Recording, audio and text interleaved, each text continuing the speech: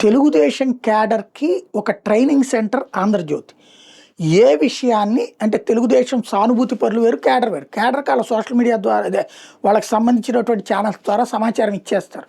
అలా కాకుండా ఉండేటటువంటిది ఏదైతే ఉంటదో అంటే తెలుగుదేశం మెంబర్‌షిప్ ఉంటది. వాళ్ళు యాక్టివ్‌గా లేనటువంటోళ్ళు 'ఆంధ్రజ్యోతి', 'ఈనాడు' ఫాలో అవుతారు. ఎస్పెషల్లీ 'ఆంధ్రజ్యోతి' వాళ్ళని ట్రైన్ చేస్తా ఉంటది. ఎలా ఆలోచించాలి? ఎలా అవతలోళ్ళ మీదన కౌంటర్ చేయాలి అన్నటువంటి. దాంట్లో భాగంగా ఇప్పుడు 'జూనియర్ ఎన్టీఆర్' ఉదంతం ఉంది. దాంట్లో 'రా ఎన్టీఆర్' అనేటటువంటి ప్రోగ్రామ్ ఏదైతే ఉందో 18వ తారీఖు ప్రెస్ మీట్ పెడతామన్నారు వాళ్ళు. దాంట్లో ఎన్టీఆర్ కూడా వస్తారన్న ప్రచారం జరిగింది. అబ్బాయి రావట్లేదని చెప్పారు. ఆ తర్వాతన ఎన్టీఆర్ కార్యాలయం నిన్ననే అసలు ఆ ప్రోగ్రామ్‌కి మాకు సంబంధం లేదని తేల్చెప్పింది. మరొక వైపున ఎన్టీఆర్ ఫ్యాన్స్ దాని మీద ఒకళ్ళు పోలీస్ కంప్లెయింట్ ఇచ్చారు. రెండో పక్కనేమో వాళ్ళు ప్రెస్ మీట్ చూస్తాం. అందులో ఎన్టీఆర్‌కి వ్యతిరేకంగా ఏమన్నా ఎన్టీఆర్ వ్యవహారాల్లో ఓవర్ ఇన్వాల్వ్‌మెంట్ ఉంటే యాక్షన్ తీసుకుంటాం.